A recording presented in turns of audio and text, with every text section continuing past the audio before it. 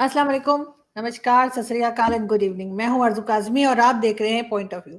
हमें जी जॉइन किया है डॉक्टर कमर चीमा साहब ने। आप सब सर को जानते हैं, देखते रहते हैं डिफरेंट न्यूज़ चैनल्स पे भी, और इनका अपना एक बड़ा ज़बरदस्त यूट्यूब चैनल है, उस पे भी हम सुनते रहते हैं। बहुत शुक्रिया कि आज आपने जॉइन किया sir. Thank you madam.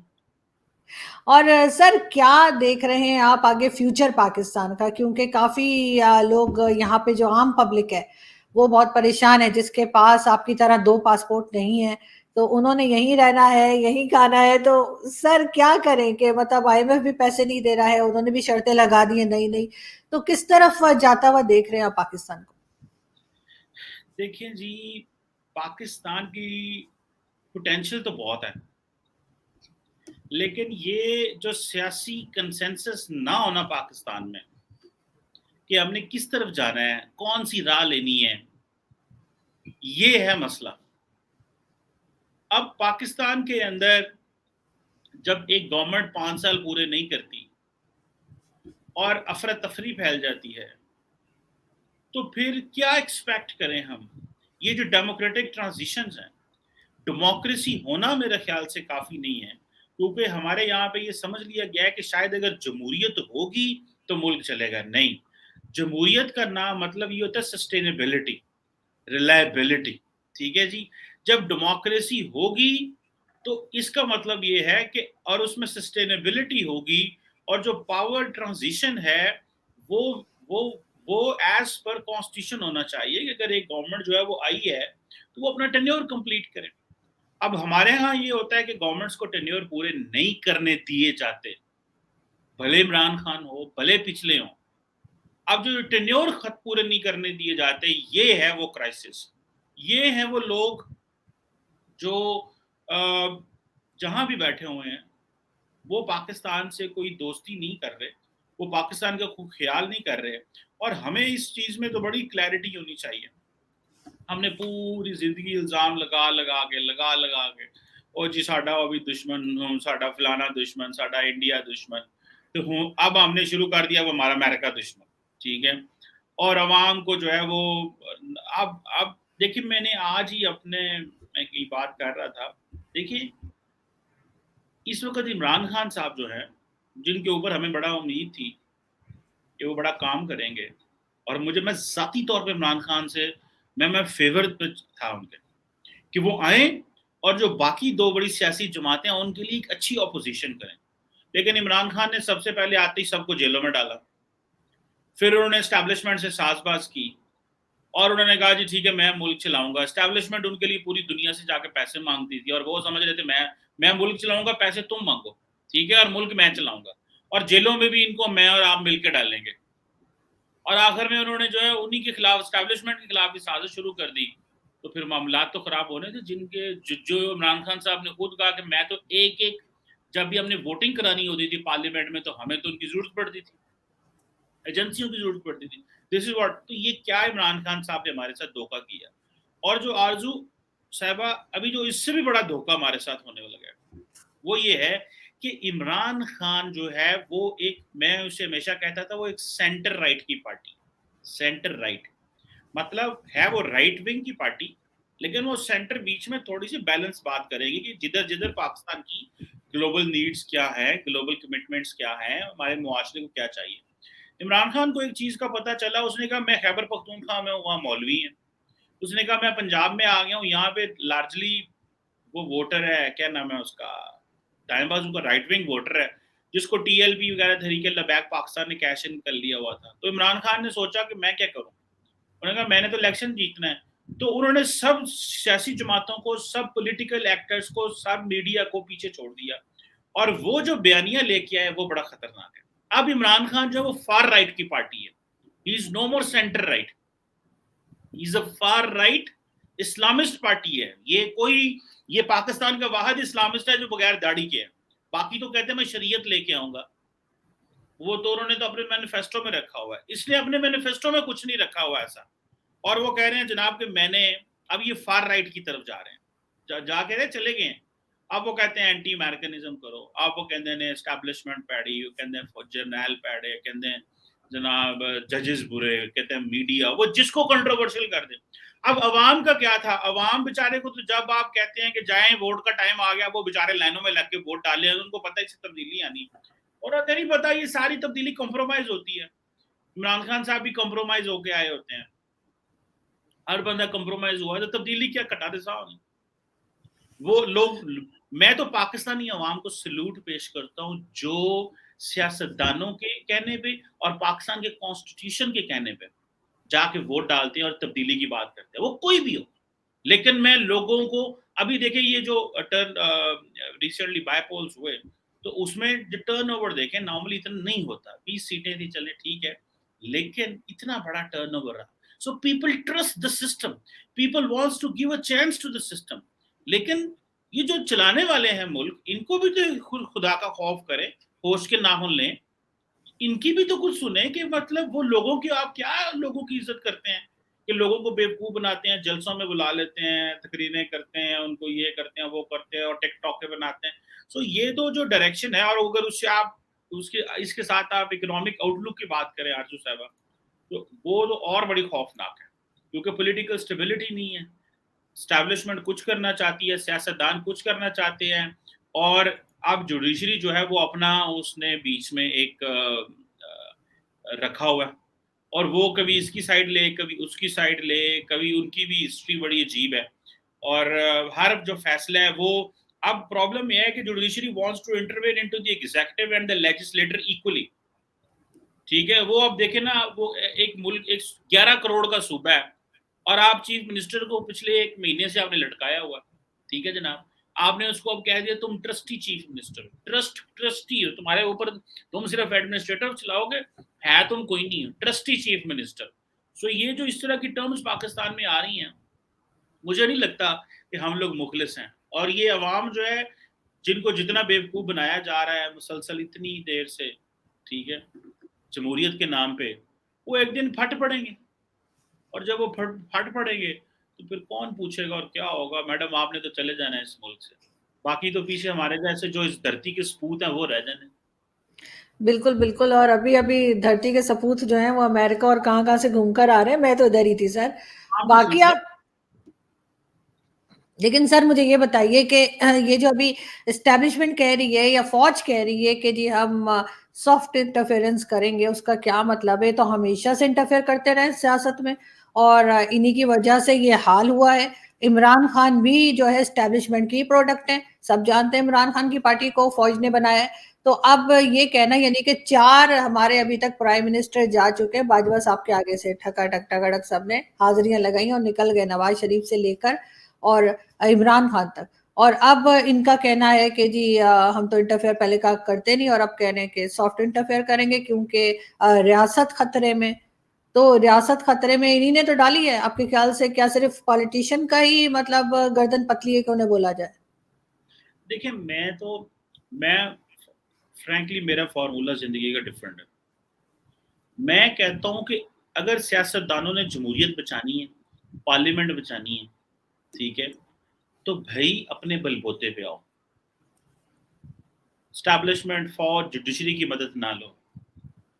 Imran Khan साहब को भी यही करना है भाई। अभी जो बातें चल रही हैं सॉफ्ट इंटरवेंशन की, सॉफ्ट इंटरवेंशन ये है कि जी हम स्टेट बचाना चाहते हैं।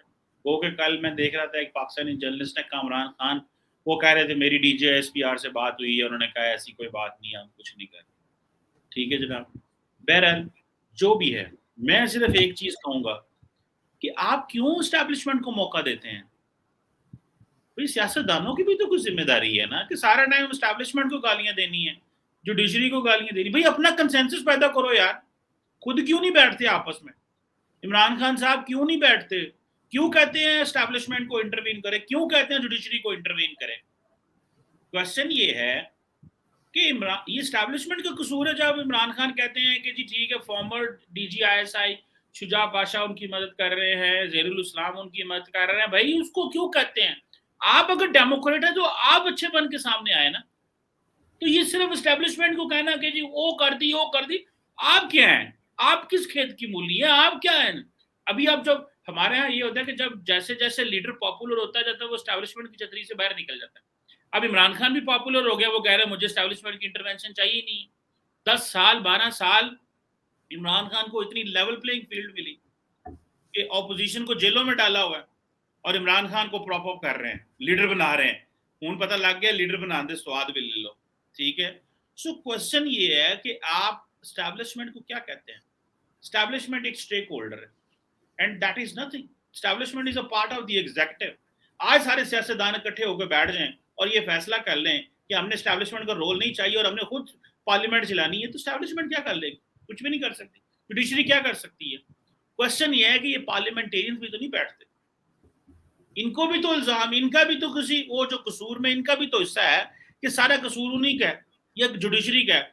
पाकिस्तान की सियासत इतनी बदकिस्मत है जहां पे इमरान खान साहब जैसे सियासतदानों ने पकड़ के हालात इतने खराब कर दिए हैं कि अब जुडिशरी फैसले करती है आपके।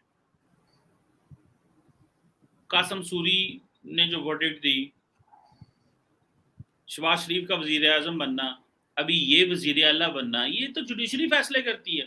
और जुडिशरी भी एक खास सूबे की है जो डोमिनेंट है, ठीक है, और वो फैसले करती है और वो खास किस्म के एक्टर्स को सपोर्ट करते हैं और हर बंदे को। अब अगर इमरान खान के हक में आप फैसला न दें, वो जजेस को कटारे में खड़ा कर देते हैं।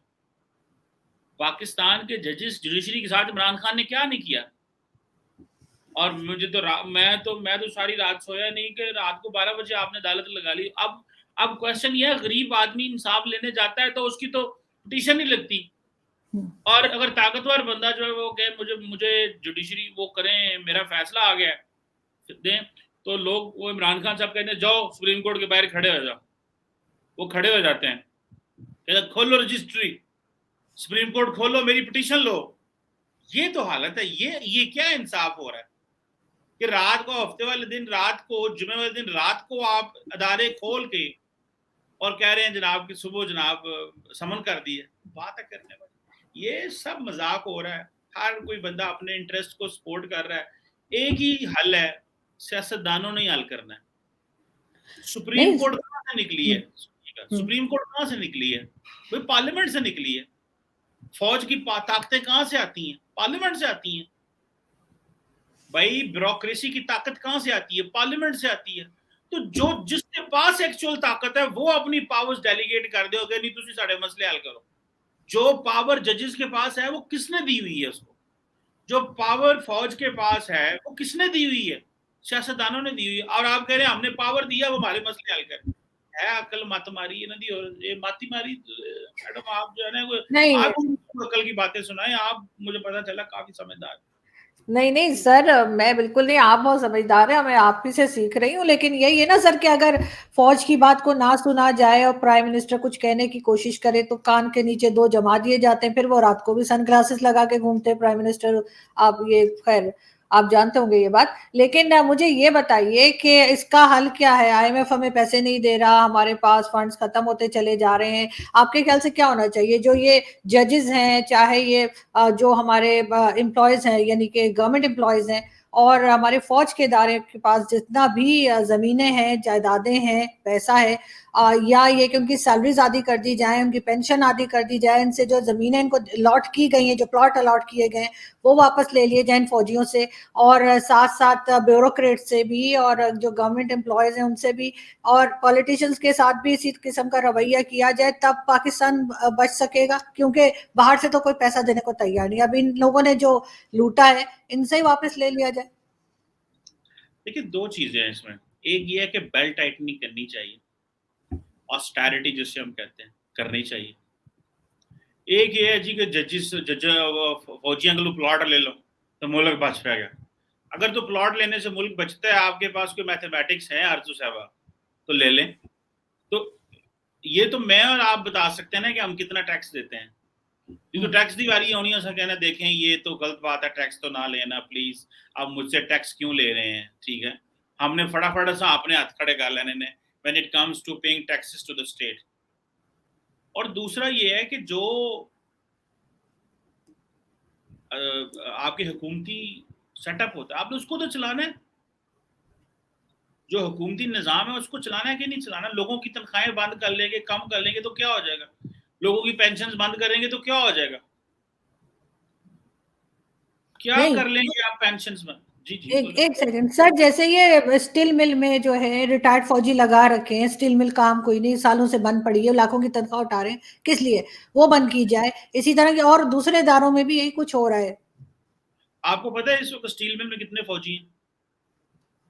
मैंने काउंट नहीं किए, मैं हेड की बात कर रही हूँ। नहीं नहीं नहीं, आपको पता है कि स्टील मिल में, आपने कहा ना स्टील मिल में जो फौजी हैं उनको निकालें। स्टील मिल में मैं हेड की बात कर रही हूँ, जो हेड लगा रखे हैं आपने स्टील मिल में, क्या नाम फौजी, है पता है आपको? रिटायर्ड फौजी, पता है रिटायर्ड फौजी। कौन है वो? कौन है वो? आप बताए ना, आपने सवाल किया, मैं तो आपसे पूछ रहा हूँ। नहीं, मैं मुझे तो नहीं आपसे पता, आप ये बताएं। पूछ रही हूँ, नहीं, मैं तो आपसे सर ये पूछ रही हूँ कि जो रिटायर्ड फौजी इदारों में लगा रखे हैं हर जगह पे, चाहे वो स्टील मिल हो, स्टील मिल के लिए भी आया था कि उनकी जो है दोबारा से उनका जो टेन्योर है, या जो उनकी एक्सटेंशन उनकी रहती आप थी, मुझे वो वो 5 अदारे दोबारा से बताएं दी है। कितनी है।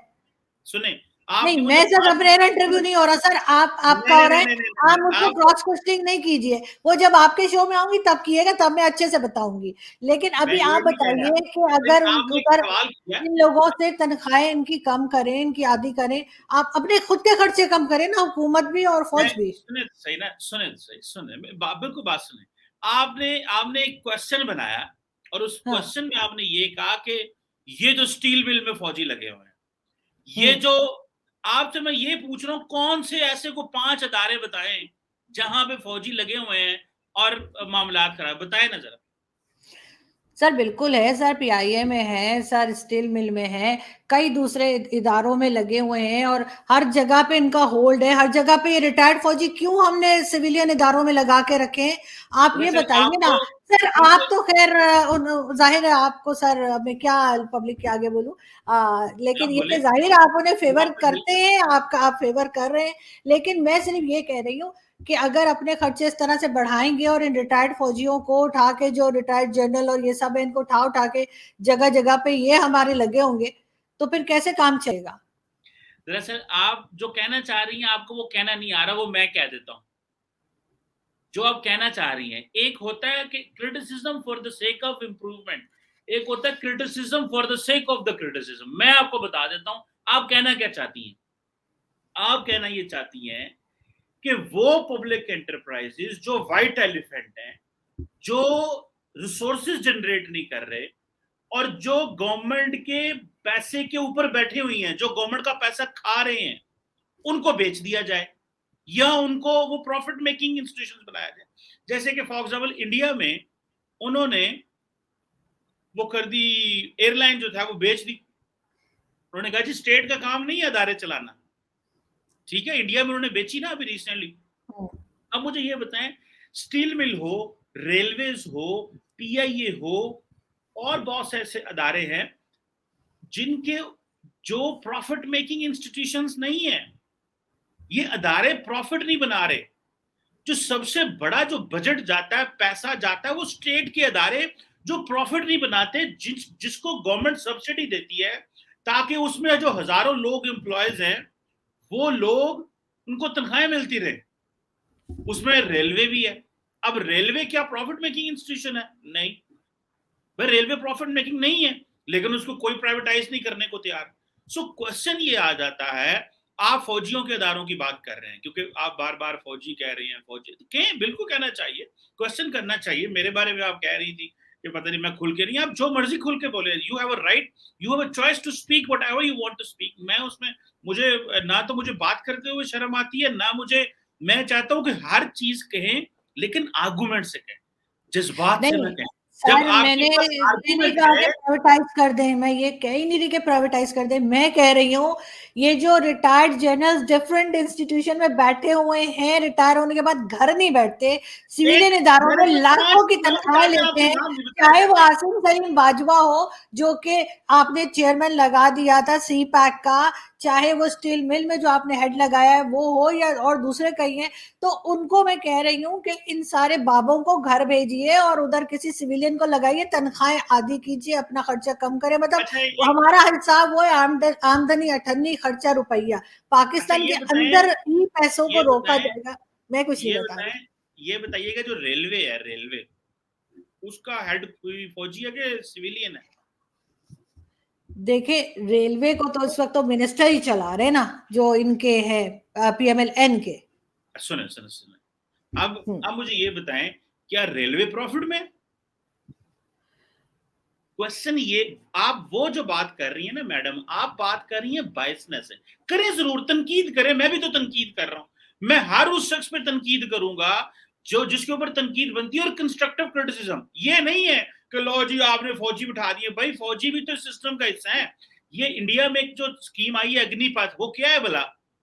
वो स्कीम ये है कि 4 साल के लिए एक फौजी को रखो, बाद में उसको अग्निवीर बना दो, वो 15 साल के लिए रहे, उसको रिटायर कर दो और वो सिस्टम में जाए, जाके वो अच्छे तरीके से डिलीवर करे।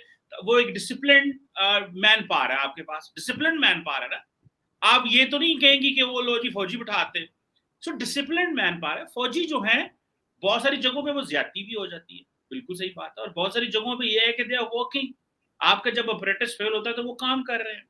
सो यहाँ पे जो आप बात कर रही है ना मैडम, यहाँ पे लार्जली अप्रेंटिस काम नहीं कर रहा, सिस्टम डिलीवर नहीं कर पा रहा। जब सिस्टम डिलीवर नहीं करता तो फिर आप कहते हैं लो जी ओ खा गए थे, ए खा गए थे, ओ ले गए थे, ओ दे गए उन्होंने। आप वो एक रटे रटाए हमारे पास लफ्ज होते हैं, स्टील मिल चोरी हो गई, सर पीआईए। ये तो कई जगह गुस्से में, मीडिया तक में है। यहाँ पे तो चैनल्स के नाम भी लोग आप वैसे ही लेते हैं, ISPR 1, ISPR 2, ISPR 3, बात है, ऐसे करके हर पाकिस्तानी जगह क्या अपनी फर्क मर्जी के पड़ता लोगों को बिठाते हैं, अपनी मर्जी के लोगों को है? कहते बात हैं है कि जी आप पाकिस्तानी में, टीवी टॉक शोज में जाइए। बिल्कुल मैं कब कह रही हूँ अमेरिका के वो फौजी आ कौन रहे हैं, से कोई यही है अमेरिका से आए यही हैं, है। इंडिया से आए हुए हैं? कोई डीएम हाँ है हाँ पाकिस्तानी है? कोई हाँ। अफगानिस्तान से आए हैं या कोई इथोपिया से है? पाकिस्तानी है, बैठ गए तो क्या हो गया मैडम? आपको क्या, आप कहाँ से हैं? बैठ नहीं गए सर, वो पूरा होल्ड करके रखा है उन्होंने, उनके हिसाब से चलता है टीवी चैनल्स, उनके हिसाब से चलते हैं।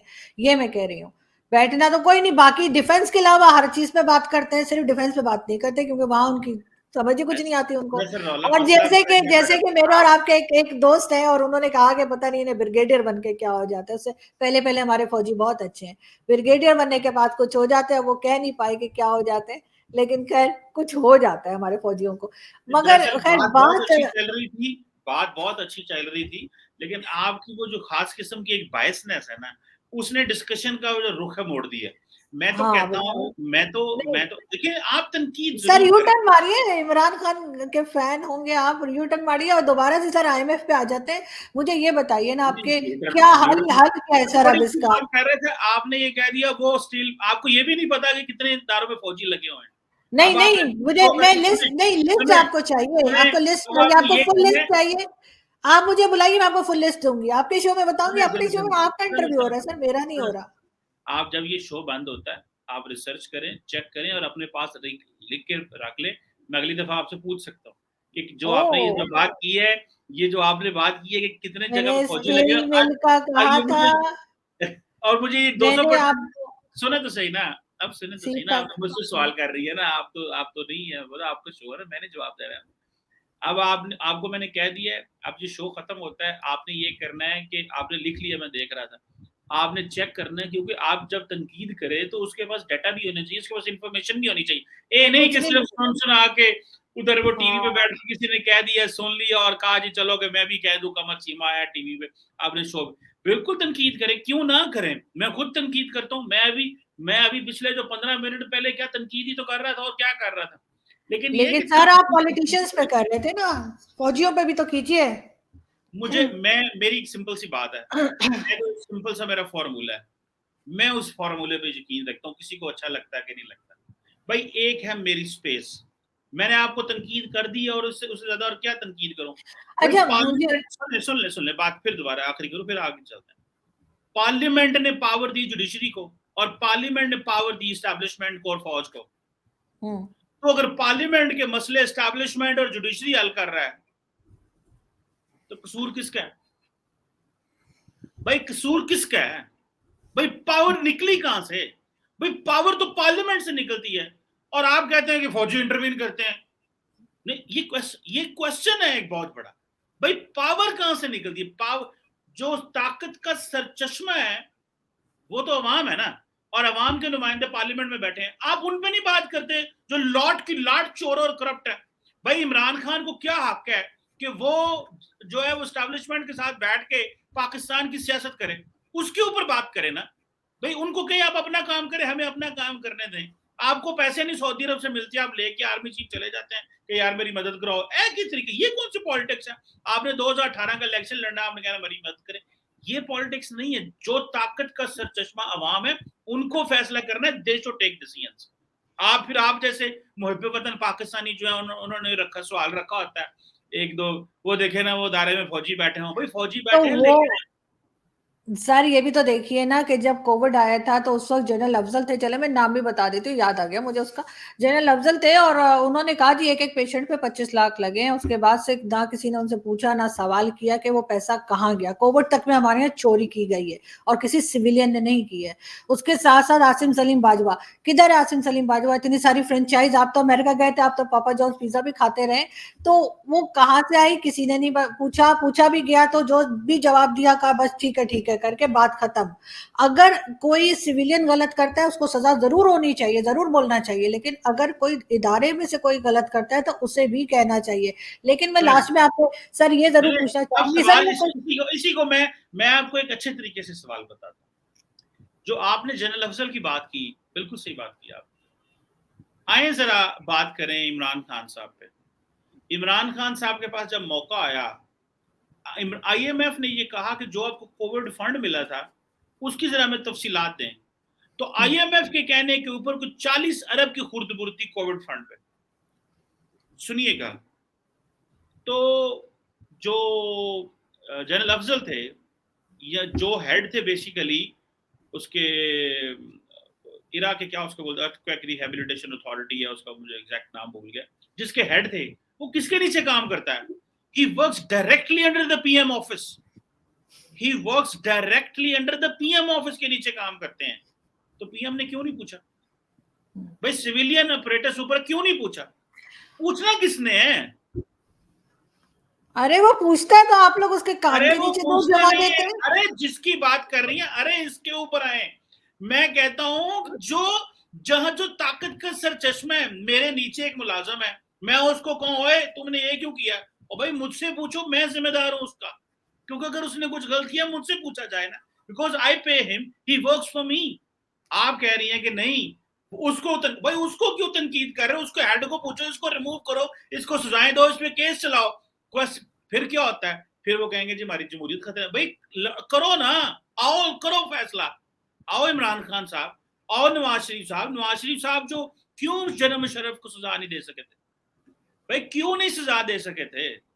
क्यों जरदारी नहीं सजा देते? कसूर अपने ऊपर भी कुछ लो ना। वो आप लेंगी नहीं, उधर आप जाएंगी नहीं, कहेंगे नहीं उन पे तनकीद का मजा नहीं आता, वो जरा से नंबर ब्राउनी पॉइंट्स नहीं ना बनते, उससे जरा वो पॉपुलर बात नहीं ना होती। मैडम तनकीद करें, लेकिन उनके ऊपर भी तो बात करें जिस बंदे के नीचे इमरान खान है। और आपको एक और बात सुने, जो जनरल अफजल की आप बात कर रही हैं, अगर इमरान खान साहब को आईएमएफ ना जोर देता तो इमरान खान तो वो स्टैटिस्टिक्स ही नहीं रिलीज कर रहे थे, वो 40 अरब के। ये तो आईएमएफ ने कहा हमें बताया जाए, तो इमरान खान ने रिलीज किए। ठीक है, मैंने और आपने इसके ऊपर कुछ शो भी किया होगा जो मुझे याद है। ठीक है, सो मैडम इसमें जो सिंपल सी बात है ना, वो ये है कि जनरल अफजल के ऊपर बात करना आपको बड़ा पॉपुलर करेगा शायद, लेकिन जो उसके नीचे काम करता है, जिसने उसको सजा देनी थी, उसके ऊपर आप बात नहीं करेंगे। करें ना नहीं इमरान नहीं खान साहब, सर, ऐसे गानों में बात करें। मैं तो ये नहीं नहीं मेरा तरीकाकार ये है। इससे आप डिसएग्री कर सकते हैं, लेकिन this is how I think. जी अगला सवाल। नहीं नहीं बिल्कुल आप ठीक कह रहे हैं सर, लेकिन खैर मुझे उतना शौक भी नहीं, मैं पॉपुलर होना भी नहीं चाहती। लेकिन मुझे ये बताइए सर कि लास्ट वीक के आखिर हल क्या है? क्या हम श्रीलंका बनने जा रहे हैं, जो बार बार कहा जा रहा है? और वैसे कई लोग मना भी कर रहे हैं कि ऐसा नहीं है, लेकिन कई लोगों को मैंने देखा, तारड़ साहब आपके यहाँ भी आते हैं और मेरे शो में भी आते हैं, वो भी काफी मायूस नजर आ रहे हैं। आपको क्या लग रहा है कि कोई होप रह गई है? देखिए मैडम, जो ये हरकतें हैं ना इनकी, वो तो यही लग रहा है कि श्रीलंका बनाना चाहते हैं। ठीक है, जो हरकतें, उसकी वजह ये है कि आपको जो पैसा चाहिए, इस साल मेरा ख्याल है 41 अरब डॉलर चाहिए। अगले 5 सालों में मेरा ख्याल है पाकिस्तान को, अगले 4 सालों में पाकिस्तान को तकरीबन 150 अरब डॉलर चाहिए, 4 से 5 सालों में। आई थिंक 2022 में हमें, तो 2026 तक कह लें तकरीबन हमें को 50 153 अरब डॉलर चाहिए। डेट पेमेंट्स, ये पैसा कितना कुछ जनरेट करेंगे। अगर ये पैसा बाहर से लेकर लोगों को देना है, ठीक है, तो फिर तो गल मुक गई। सो ये बड़े विशिश साइकिल में है हम। जैसे कल देख रहे थे कि जी की जो मेडिसिन हैं वो नापैद हो गई हैं, ठीक है। अब होता यह है कि जब सबसे पहले क्या होता है कि आपकी जो लेट्स से आपकी कैपिटल फ्लाइट हो जाती है, पैसा निकल जाता है, लेकिन प्रॉपर्टी की कीमतें नीचे आ गई हैं, इंटरेस्ट रेट बड़े हाई हो गए हैं, मतलब कोई इंडिकेटर जो है ना डिफॉल्ट का, वो मिस नहीं हमने किया अभी तक। इंडिकेटर जो जो फाइनेंशियल इंडिकेटर्स हैं वो सारे पूरे हैं डिफॉल्ट के। और इस वक्त अगर आपको आईएमएफ बेल आउट ना करे, चाइनीज अमेरातीज ये पैसा निकाल लेते तो फारग। लेकिन सर लास्ट में बस एक चीज मुझे बताइए कि चाइना को हम बड़ा कहते हैं कि जी चाइना हमारा दोस्त है और समंदर से गहरी, आसमान से ऊंची, पता नहीं कहाँ पहाड़ों से ऊंची, क्या कुछ बोलते हैं, और चाइना के लिए हम हर वक्त खड़े रहते हैं, और चाइनीज मुस्लिम के लिए भी हमारी आवाज नहीं निकलती, क्योंकि बाकी सबको तो हम बहुत कहते हैं ये कर रहे हो वो कर रहे हो। तो फिर चाइना आखिर हमें ये 4-5 बिलियन चाइना के लिए तो कुछ भी नहीं है, पीनट्स है, वो हमें क्यों नहीं दे देता। देखिए ऐसी बात नहीं होती, कोई पैसा आपको इस तरह नहीं देगा कि जी आपको $5 अरब चाहिए आप ले लो, कोई मैकेनिज्म होता है, ठीक है। अब मिसाल के तौर पे हमने उनसे कर्जा लिया हुआ है भाई कि आपने डेवलपमेंट कर रहे हैं, उसमें उनका भी तो कुछ स्टेक होगा, उनको कल में उसमें कोई रिटर्न आएगा, प्रॉफिट ओवर इन्वेस्टमेंट के ऊपर प्रॉफिट आएगा, बहुत चीजें होती हैं।